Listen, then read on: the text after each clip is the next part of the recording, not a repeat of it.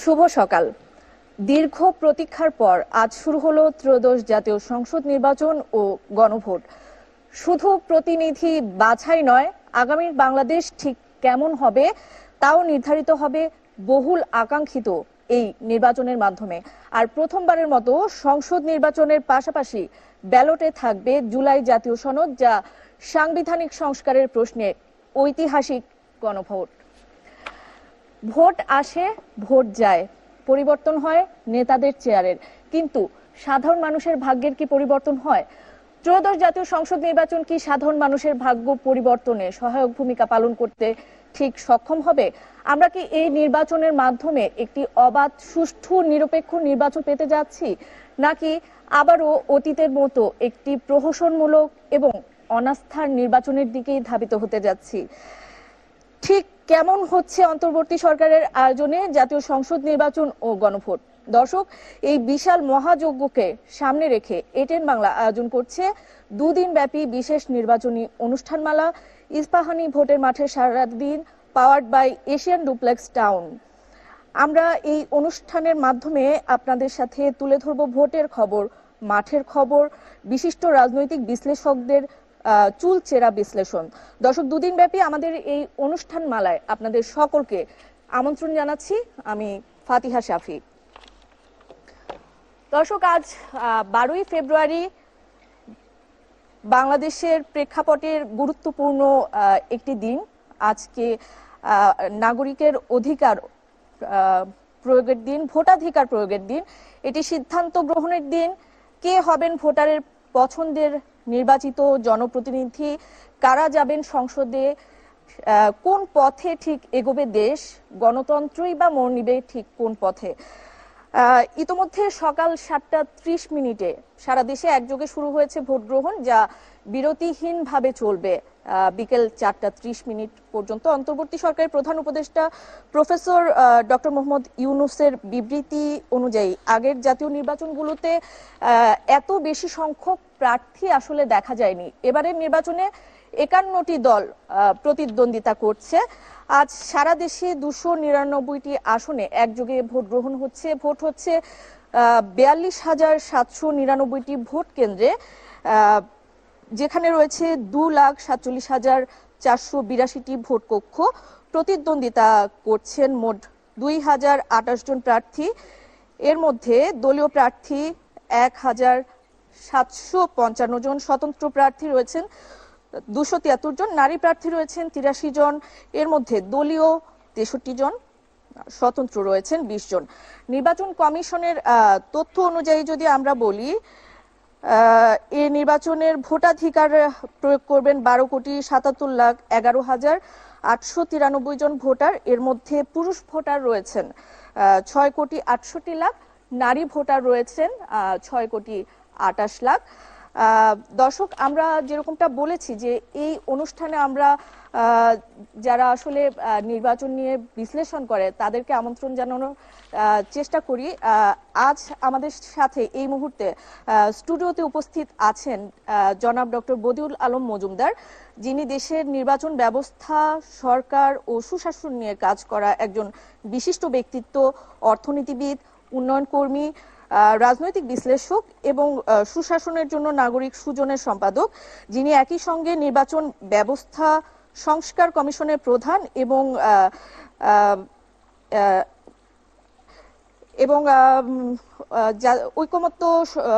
ঐকমত্য সদস্য হিসেবে যিনি দায়িত্ব পালন করেছিলেন। জনাব ডক্টর বদিউল আলম মজুমদার, আপনাকে আমাদের স্টেজে আমন্ত্রণ জানাতে চাচ্ছি।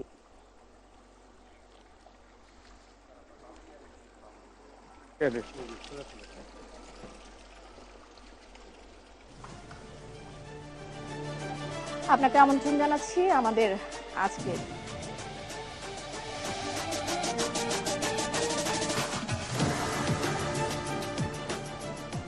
জি শুভ সকাল।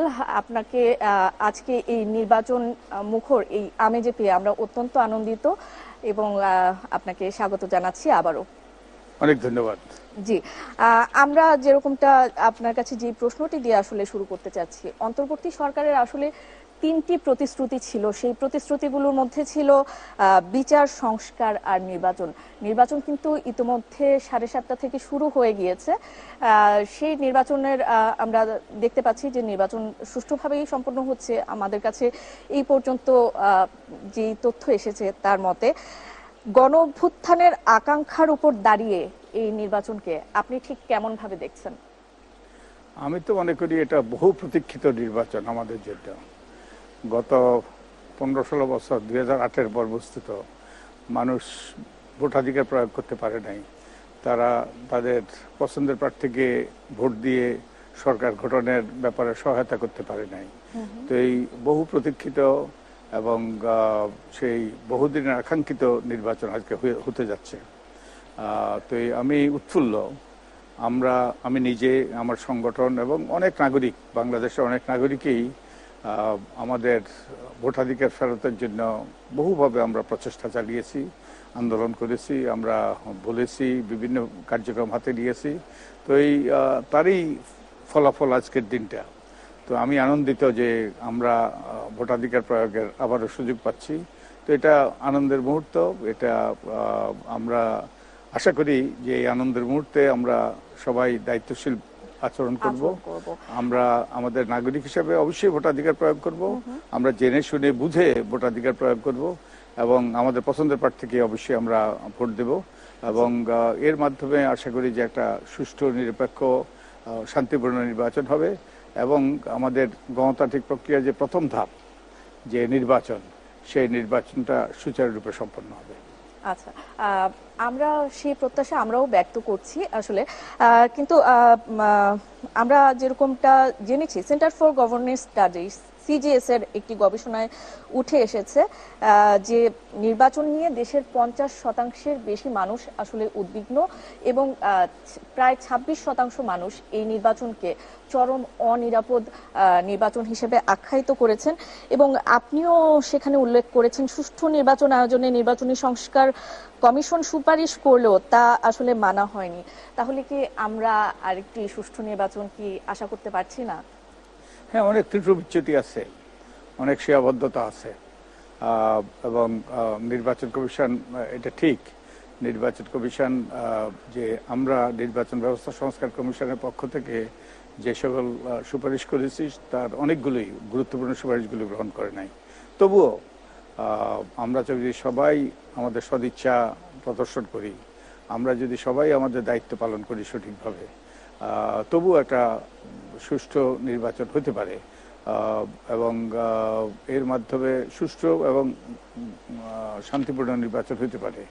তো এর মাধ্যমে আমি আগেই বলেছি যে আমাদের পরবর্তী যে সকল কার্যক্রম, গণতন্ত্রের জন্য একটা শক্ত ভিত তৈরি করা, গণতন্ত্রের প্রাতিষ্ঠানিক করার জন্য যে কার্যক্রম শুরু করা দরকার, গণতন্ত্রের যে ঘাটতিগুলো আছে, সুশাসনের ব্যাপারে যে সীমাবদ্ধতাগুলো আছে, এগুলো দূর করার সুযোগ সৃষ্টি হবে। তবে নির্বাচনটা শান্তিপূর্ণ হলেও আমরা সবাই ভোটাধিকার প্রয়োগ করতে পারলেও কিছু কিছু সমস্যা আছে। একটা সমস্যা হলো নির্বাচনে যারা প্রার্থী হয়েছে তাদের কারো কারো নিয়ে কারো সম্পর্কে প্রশ্ন আছে। একদিকে তো তাদের যে ব্যাকগ্রাউন্ড নিয়ে তাদের বিভিন্ন রকম অভিযোগ তাদের বিরুদ্ধে আছে।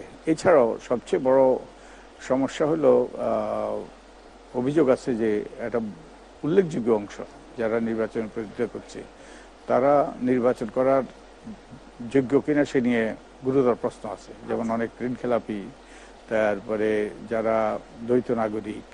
যদি একটু থামিয়ে দিয়ে একটু জানতে চাই যে আমাদের প্রধান উপদেষ্টা যিনি প্রেস সচিব জনাব শফিকুল আলম, তিনি কিন্তু একটি বিবৃতি দিয়েছেন যে 90% কাজ তারা সফলভাবে করতে সক্ষম হয়েছেন। আপনি সীমাবদ্ধতার কথা বলছেন, তাহলে তারা তো নিজেদেরকে 90% মার্কস দিয়ে দিল, তাহলে সীমাবদ্ধতাটা আসলে কোথায়? ওনারা ওনাদের মার্কস দিতেই পারেন। গোয়ালে তার দুধ খারাপ কেউ ওদের বলবে না, এটাই বাস্তবতা। কিন্তু আমরা যারা সরকারের অবস্থানে নেই, আমরা যারা যে বাইরের, আমরা যারা দল নিরপেক্ষ, তাদেরও মতামত গুরুত্বপূর্ণ, তাদেরও পর্যবেক্ষণ আছে। তো তো আমি যেটা বলছিলাম যে একটা সীমাবদ্ধতা হলো আমাদের অবশ্যই নির্বাচন ব্যবস্থা সংস্কার কমিশনের গুরুত্বপূর্ণ অনেক সুপারিশই গ্রহণ করেনি। এর বাইরে যে আরেকটা সীমাবদ্ধতা হলো যে অনেক ব্যক্তি যেমন ঋণ খেলাপি দ্বৈত নাগরিক তারা প্রার্থী হওয়ার যোগ্য ছিলেন না, কিন্তু তারা প্রার্থী হয়েছেন বলে যোগ্য ছিলেন না বলে অভিযোগ আছে, কিন্তু তারা প্রার্থী হয়েছেন। এবং এছাড়াও অনেকের আমরা এই যে হলফনামা নির্বাচনী এই যারা প্রার্থী তাদের ব্যাকগ্রাউন্ড চেক করি, এসব করি। হ্যাঁ, তো আমরা দেখেছি যে অনেকে কিন্তু যে তাদের যে মনোনয়নপত্র দাখিল করেছেন সেটা অসম্পূর্ণ, যেমন তাদের আয়কর বিবরণী দেওয়ার কথা আয়কর বিবরণী দেন নাই, তাই তাদের মনোনয়নপত্র অবৈধ হওয়া উচিত ছিল।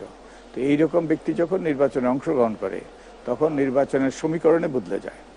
যারা ওই যে জেতার হয়তো তারা ঠকে যায়, যারা ঠকার তারা হয়তো জিতে যায়। তো এটা যেই এমন একটা অবস্থার সৃষ্টি করেছে যেটা নির্বাচনকে প্রশ্নবিদ্ধ, নির্বাচনের সঠিকতা এবং নির্বাচনের ন্যায়সঙ্গতা নিয়ে প্রশ্ন উঠেছে। কারণ তারা যদি না থাকতো তাহলে অন্যরা, তাদের কেউ কেউ হয়তো জিতবে কিন্তু তাহলে অন্যরা জিতত। তো এই মানুষ নির্বিঘ্নে ভোটাধিকার প্রয়োগ করতে পারলেও তার ভোট কেন্দ্রে গিয়ে কোন রকম সমস্যার সম্মুখীন না হলেও, এবং যে যদিও নির্বাচনটা যে আশা করি যে এটা সহিংসতা মুক্ত হবে, শান্তিপূর্ণ হবে, তবুও এর ন্যায্যতা এবং সঠিকতা নিয়ে প্রশ্ন থেকে যাবে। আচ্ছা, সীমাবদ্ধতার কথা আপনি উল্লেখ করেছেন, অবস্টাকলস গুলোর কথা আসলে আপনি মোদ্দা কথায় তুলে ধরলেন। সেই অবস্টাকলস গুলো ওভারকাম করা কেন গেল না? অন্তর্বর্তী সরকার কিন্তু অনেক একটি বিশাল সময় পেয়েছে কি, তাহলে কেন?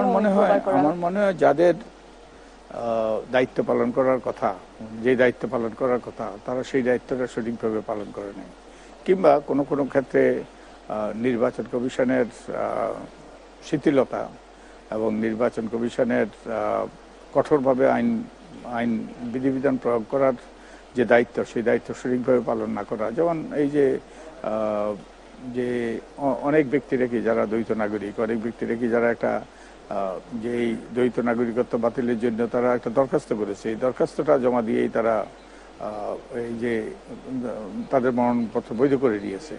কিংবা ওই যে হয়তো দরখাস্তটা দিয়েছে, কেউ হয়তো অ্যাকনোলেজমেন্ট পেয়েছে, আপনার দরখাস্ত পেয়েছি, কিন্তু ওখানে ব্যাপারে কোনো সিদ্ধান্ত হয়নি।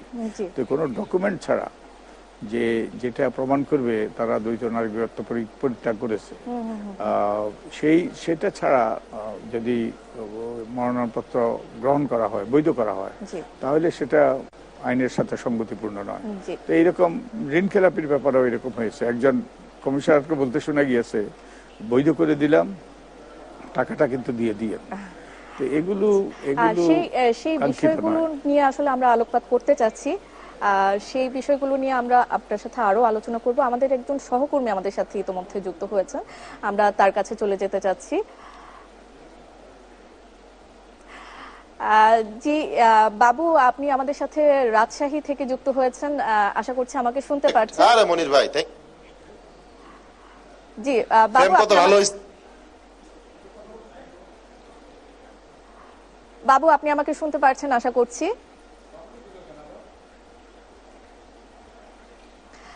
বাবু, আপনি রাজশাহীতে আছেন, সেখানকার ভোটের কি আপডেট আছে আপনার কাছে? ভোটারদের উপস্থিতি কেমন দেখছেন? সহিংসতার কি কোনো বিষয় ইতোমধ্যে এসেছে কিনা, সেই বিষয়গুলো সম্পর্কে জানাবেন।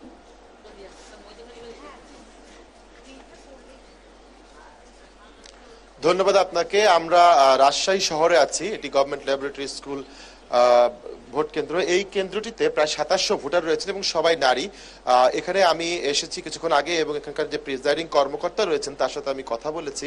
তিনি যতটুকু আমাদেরকে বললেন যে প্রায় 2 শতাধিক ভোট কিন্তু এরই মধ্যে গ্রহণ করা হয়েছে, প্রায় 9% ভোট এই কেন্দ্রে গ্রহণ করা হয়েছে, তিনি যতটুকু আমাদেরকে জানালেন। এখানে কিন্তু আগ্রহ ভরে ভোটাররা ভোট দিচ্ছেন। আপনি দেখতে পাচ্ছেন যে এখানে নারী যারা রয়েছেন তারা কিন্তু দীর্ঘ সময় ধরে লাইনে দাঁড়িয়ে আছেন এবং ভোট দিচ্ছেন। আজকে আপনাকে জানিয়ে রাখি যে শুধু সংসদ সদস্য নির্বাচনের ভোটই হচ্ছে না, একই সাথে জুলাই সনদ বাস্তবায়ন, নিয়ে যে গণভোট রয়েছে সেটিও হচ্ছে। কিন্তু যেই বিষয়টি লক্ষণীয় যে আমরা যেটি ধারণা করছিলাম যে দুটি বিষয় যেহেতু ভোট গ্রহণ করতে অনেক সময় লাগবে, কিন্তু নারীদের মধ্যে সচেতনতা সত্যি চোখে পড়ার মতো যে খুব বেশি সময় কিন্তু লাগছে না। তারা যে হ্যাঁ বা না এর পক্ষে যে ভোটটি দিবেন তারা বোধহয় বাসা থেকেই সিদ্ধান্ত নিয়ে এসেছেন এবং এখানে এসেই খুব দ্রুত সময়ের মধ্যে আমরা দেখলাম যে ভোট দিয়ে যাচ্ছেন। বিশেষ করে তরুণ যে ভোটাররা রয়েছেন তারা কিন্তু খুব বেশি সময় নিচ্ছেন না। এই বিষয়গুলো কিন্তু আমরা এখানে এসে আসার পরে লক্ষ্য করেছি এবং এখানে একটা শান্তিপূর্ণ পরিবেশ আমরা দেখতে পাচ্ছি। এখানে পর্যাপ্ত পরিমাণে আইন শৃঙ্খলা রক্ষাকারী বাহিনীর সদস্যরা রয়েছেন, আনসার ভিডিবির সদস্য যারা রয়েছেন তারা কিন্তু ভোটারদেরকে সহযোগিতা করছেন তাদের ভোট কক্ষ সংগ্রহ করা, খুঁজে পাওয়ার জন্য। একই সাথে ভেতরে যারা রয়েছেন পোলিং এজেন্ট তারাও কিন্তু কাজ করছেন। সেই সাথে আপনাকে জানিয়ে রাখি যে ভেতরে যে কার্যক্রমগুলো আছে সেগুলো সুষ্ঠুভাবে করার জন্য প্রিজাইডিং কর্মকর্তা যারা রয়েছেন তারা কিন্তু অনবরত প্রতিটি ভোট কেন্দ্রের যে বুথগুলো রয়েছে সেই বুথগুলোতে কিন্তু পর্যবেক্ষণ চালিয়ে যাচ্ছেন। মোটামুটি বলা চলে যে একটি ভালো এবং সুন্দর সুষ্ঠু একটি পরিবেশ আমরা কিন্তু এখানে দেখতে পাচ্ছি এবং একটা উৎসবমুখর পরিবেশই বলা চলে। যদিও একেবারে নিঃশব্দে এখানে কাজ চলছে, বলা চলে যে লোকজন আসছেন, একটি হাসি খুশি একটি চেহারা আমি সবার দেখতে পাচ্ছি। অর্থাৎ বোঝা যাচ্ছে যে দীর্ঘদিন পর যে একটি গণতান্ত্রিক প্রক্রিয়া ফেরার একটি চেষ্টা চলছে সেই চেষ্টায় কিন্তু মানুষজনের একটা স্বতঃস্ফূর্ত অংশগ্রহণ কিন্তু এখানে একেবারেই লক্ষণীয়। আপনি দেখতে পাচ্ছেন যে বেলা যতটা বাড়ছে অর্থাৎ সময় যতটা গড়াচ্ছে এখানে কিন্তু লাইনগুলো দীর্ঘ হচ্ছে।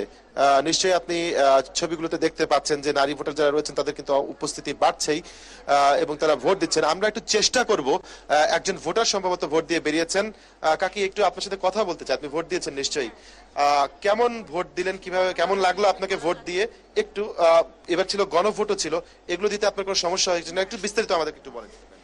আমি ভোট দিলাম ভালোভাবে, আমার কোনো অসুবিধা হয়নি, সুন্দর সুষ্ঠুভাবে ভোট হলো। গণভোট দিতে কোনো সমস্যা হয়েছে? না, হয়নি।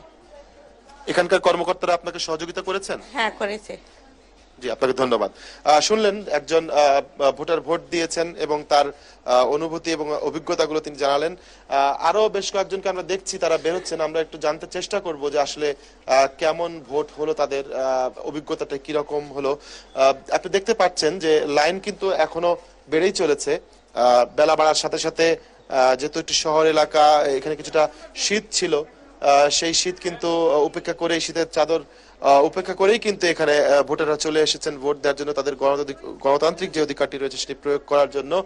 এখন পর্যন্ত রাজশাহী শহরে বড় ধরনের কোনো সহিংসতা কিংবা অনিয়মের খবর আমরা পাইনি। একজন নারী ভোটার আরো ভোট দিয়ে বেরিয়েছেন, আমরা একটু কথা বলতে চাই আপনার সাথে। খুব সুন্দর সুন্দর পরিবেশ।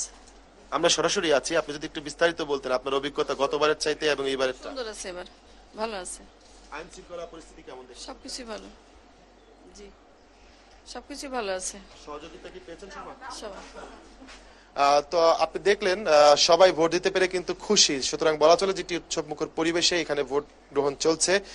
আমরা আরো বেশ কয়েকটি কেন্দ্র পর্যবেক্ষণে যাব, পর্যায়ক্রমে আপনাকে সেখান থেকেও নিশ্চয়ই আমি আরো হালনাগাদ তথ্য জানাতে পারবো। জি বাবু, ধন্যবাদ আপনাকে অসংখ্য আমাদের সাথে যুক্ত হওয়ার জন্য। পরবর্তীতে আপনি যেই কেন্দ্রে যাবেন আমরা আবারও চেষ্টা করব আপনার সাথে সংযুক্ত হওয়ার জন্য।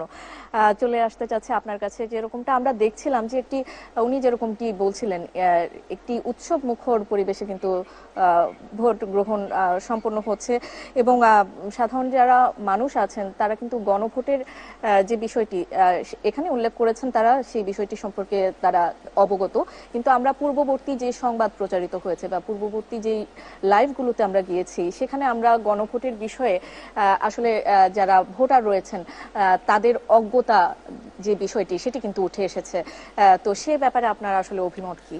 এটা আমার মনে হয় যে এই প্রচার প্রচারণা চালানো হয়েছে যে সরকারের পক্ষ থেকে এবং আমরা যারা বেসরকারি সংস্থা ব্যক্তি আমরাও প্রচার প্রচারণা চালিয়েছি। আমরা মানুষকে তাদের গণভোট সম্পর্কে সচেতনতা সৃষ্টি করার চেষ্টা করেছি।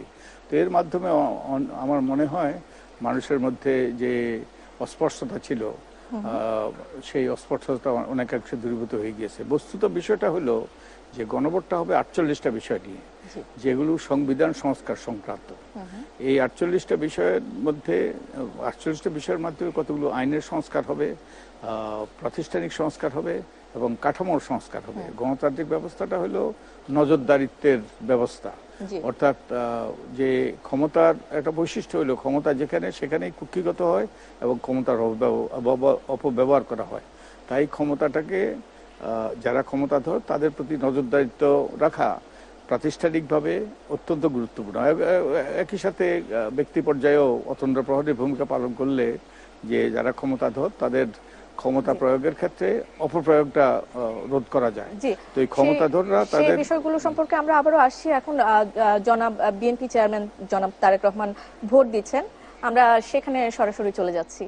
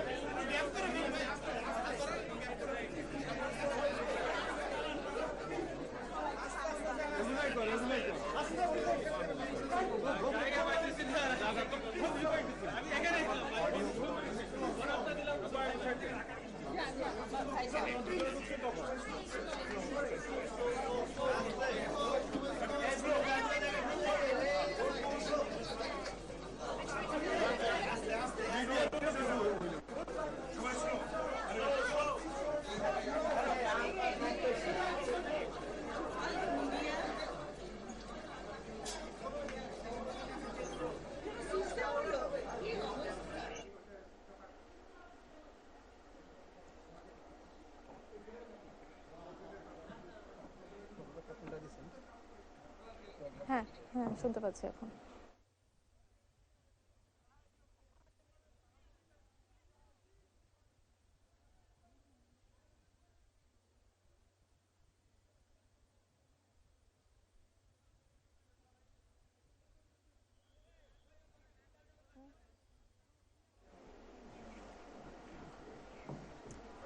দর্শক, আমরা দেখতে পাচ্ছি ভোট কেন্দ্রে আছেন বিএনপি চেয়ারম্যান তারেক রহমান। তিনি ভোট দিয়ে বের হচ্ছেন এবং নিরাপত্তা বাহিনীর যে বিষয়টি সেটিও লক্ষ্য করা যাচ্ছে।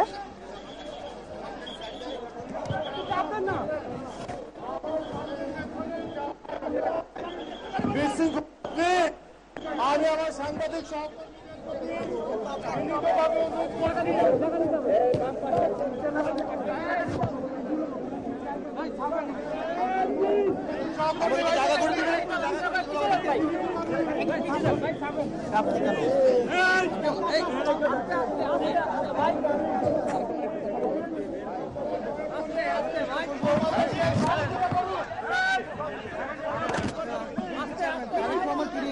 এসেছেন গণমাধ্যমের সাথে কথা বলার জন্য, আমরা সে কথা শুনবো। সরাসরি সম্প্রচার আমরা রয়েছে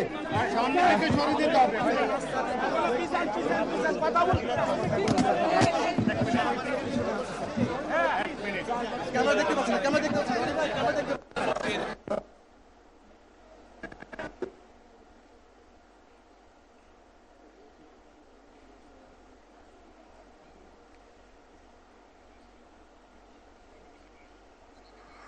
জি, আমরা দেখতে পেলাম যে তারেক রহমান আসলে ভোট গ্রহণ যেটি ভোট দিয়েছেন শেষ করেছেন এবং তিনি বক্তব্য রাখছেন।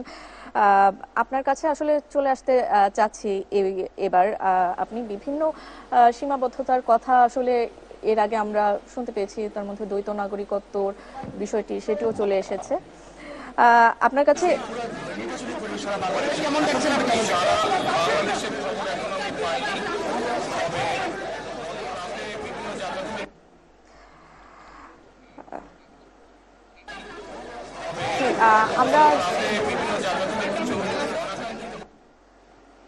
আমরা যান্ত্রিক ত্রুটির কারণে আসলে তারেক রহমানের বক্তব্যটি পুরোপুরিভাবে শুনতে পাচ্ছি না। আমরা এবার আপনার কাছে যে প্রশ্নটি রাখতে চাচ্ছি সেটি হচ্ছে, রাজনৈতিক দলগুলো শিক্ষা, স্বাস্থ্য এবং নারীর ক্ষমতায়নের ক্ষেত্রে বিভিন্ন মিষ্টি কথা বললেও প্রার্থী মনোনয়নে তারা আসলে ঠিক অঙ্গীকার ভঙ্গ করেছে এবং 5% নারীদের মনোনয়ন দেওয়ার কথা ছিল। বিএনপি সেক্ষেত্রে 10 জন নারীকে মনোনয়ন দিয়েছে। জামায়াতের ক্ষেত্রে সেখানে কোনো আসলে নারী প্রার্থীকে আসলে মনোনয়ন দেয়া হয়নি। দুটো বড় রাজনৈতিক দল প্রতিদ্বন্দ্বিতা করছে, তারা সেই অঙ্গীকার ভঙ্গ করেছে। আমরা কিছুক্ষণ আগে আমাদের যে প্রতিনিধি ছিলেন রাজশাহীতে, তার সাথে যে যুক্ত হলাম, আমরা দেখলাম যে নারীরা আসলে নির্বাচনে অংশগ্রহণ করছেন। এই যে এই একটি সামগ্রিক একটি বৈষম্য সৃষ্টি হলো, সেই বৈষম্য মেনে নিয়ে আসলে নারীরা এই নির্বাচনে কতটা অংশগ্রহণমূলক ভূমিকা পালন করবে বলে আপনি মনে করেন? আমি ওই কথা, আপনার কথাতে আসার আগে আমি যে গণভোট সম্পর্কে বলছিলাম, 48টা বিষয়ে গণভোট হবে। কেন এই গণভোটটা, এবং গণভোটে হাঁ দেওয়ার তাৎপর্য কি, না দেওয়ার পরিণতি কি? আমাদের শেখ হাসিনা কিন্তু ট্যাঙ্কে চড়ে কিংবা উর্দি পরে তিনি ক্ষমতায় আসেন নাই, তিনি নির্বাচনের মাধ্যমে ক্ষমতায় এসেছেন। কিন্তু আমাদের দেশে একটা স্বৈরাচারী ব্যবস্থা বিরাজমান, সেই স্বৈরাচারী ব্যবস্থায় তাকে স্বৈরাচার বানিয়েছে, দানবে পরিণত করেছে। তো এই গণভোটে হাঁ দেওয়ার মাধ্যমে আমরা অনেকগুলো পরিবর্তন আনবো সংবিধানে। এই ক্ষমতার ভারসাম্য, রাষ্ট্রপতি প্রধানমন্ত্রীর ক্ষমতার ভারসাম্য, প্রধানমন্ত্রীর ক্ষমতায় লাগাম টানা, প্রধানমন্ত্রী একই সময়ে তিনি প্রধানমন্ত্রী এবং দলীয় প্রধান হতে পারবেন না, এরকম অনেকগুলো বিষয়ে বিচার বিভাগকে স্বাধীন করা, সংসদে উচ্চকক্ষ স্থাপন করা, এর মাধ্যমে ক্ষমতার ভারসাম্য সৃষ্টি হবে এবং এর মাধ্যমে যে দানবীয় ব্যবস্থা, যে স্বৈরাচারী ব্যবস্থা, এটার অবসান হবে। হাঁ জয়যুক্ত হলে স্বৈরাচারী ব্যবস্থার অবসানের পথ প্রশস্ত হবে। আর যদি না জয়যুক্ত হয় তাহলে আমরা যেখানে ছিলাম সেখানেই আছি। এই আমাদের যে বহু সাধারণ মানুষ এবং আমাদের তরুণরা যে রক্ত দিয়েছে, আমরা রক্তের উপর দাঁড়িয়ে আছে বস্তুত, এটা বৃথা যাবে। তো এই আমাদের হাঁ দেওয়া মানে এই যে তাদের যে আত্মত্যাগ, আর এর প্রতি আমরা যথাযথ শ্রদ্ধা প্রদর্শন করা, আমাদের দায়বদ্ধতা, আমরা যে ঋণ তারা রেখে গিয়েছে আমাদের জন্য সেটা শোধ করা। তো আপনি যেটা বলছেন নারীদের কথা, হ্যাঁ, নারীরা আমাদের জনগোষ্ঠীর অর্ধেকের বেশি, 50% বেশি নারী আমাদের।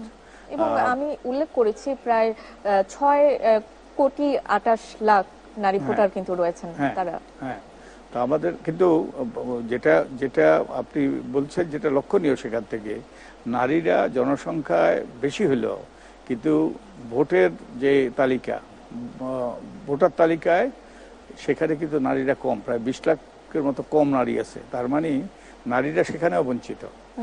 এটাকে বলে জেন্ডার গ্যাপ, যে নারীদের যত নারী আমাদের যে ভোটার তালিকা অন্তর্ভুক্ত হওয়ার কথা, সব নারী কিন্তু অন্তর্ভুক্ত হয়নি। কিন্তু এটা আমরা যদি অতীতের দিকে তাকাই, 2008 সালে আমাদের নারীর সংখ্যা ছিল পুরুষের তুলনায় 12 লক্ষ বেশি, এবার 20 লক্ষ কম।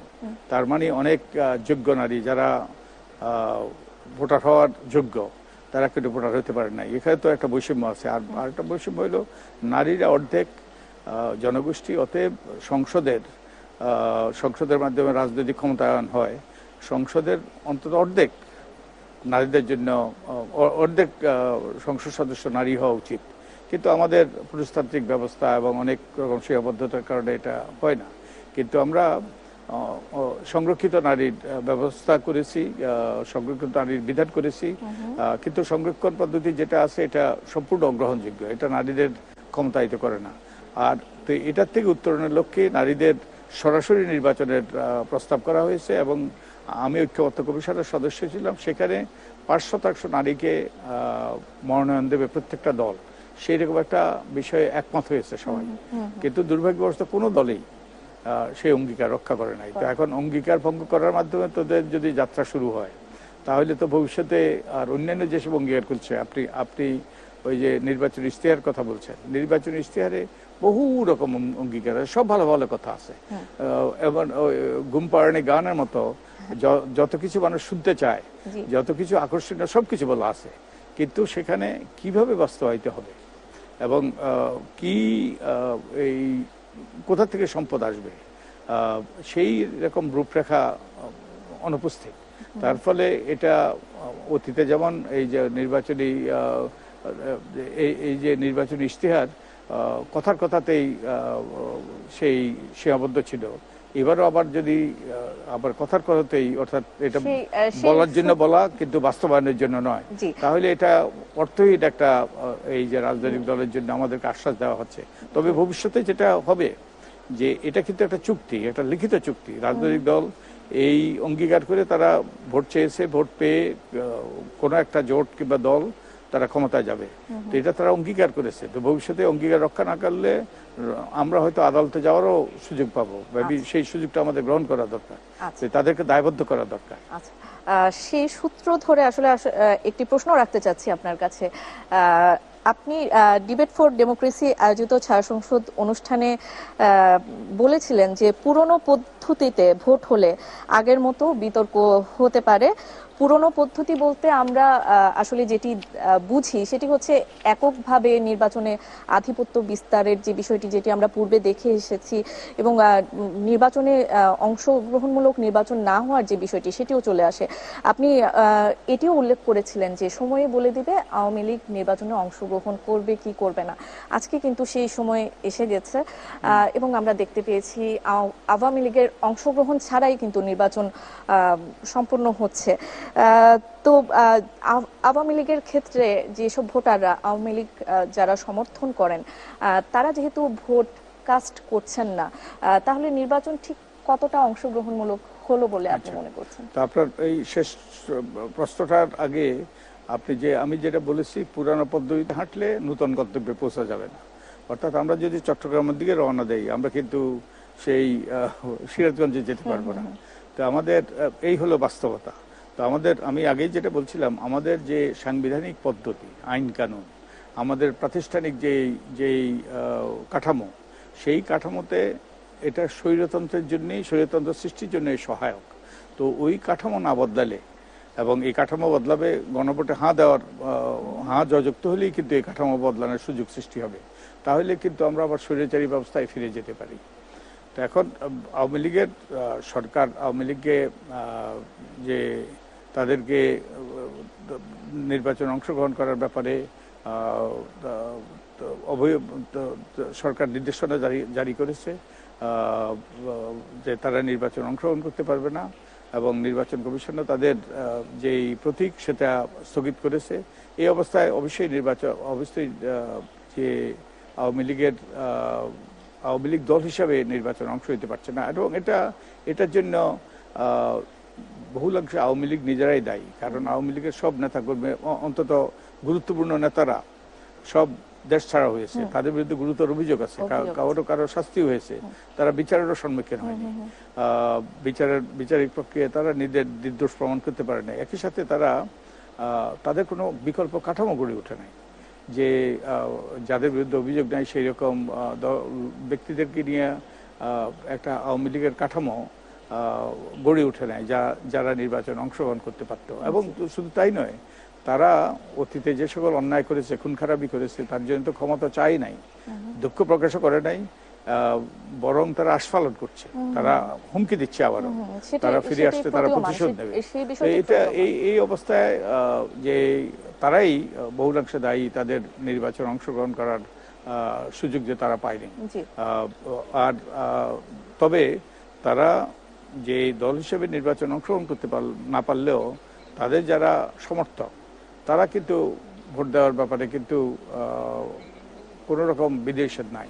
জি। তারা ভোট দিতে পারবে, তারা তাদের যে এই নাগরিক অধিকার সেটা প্রয়োগ করতে জি, পারবে। ধন্যবাদ আপনাকে। আমাদের একটি বিরতির সময় হয়ে গেছে, আমরা সরাসরি আমাদের যে সকাল 10টার যে অবিরাম বাংলা সংবাদ সেটি প্রচারিত হবে, সেদিকে চলে যেতে যাচ্ছি।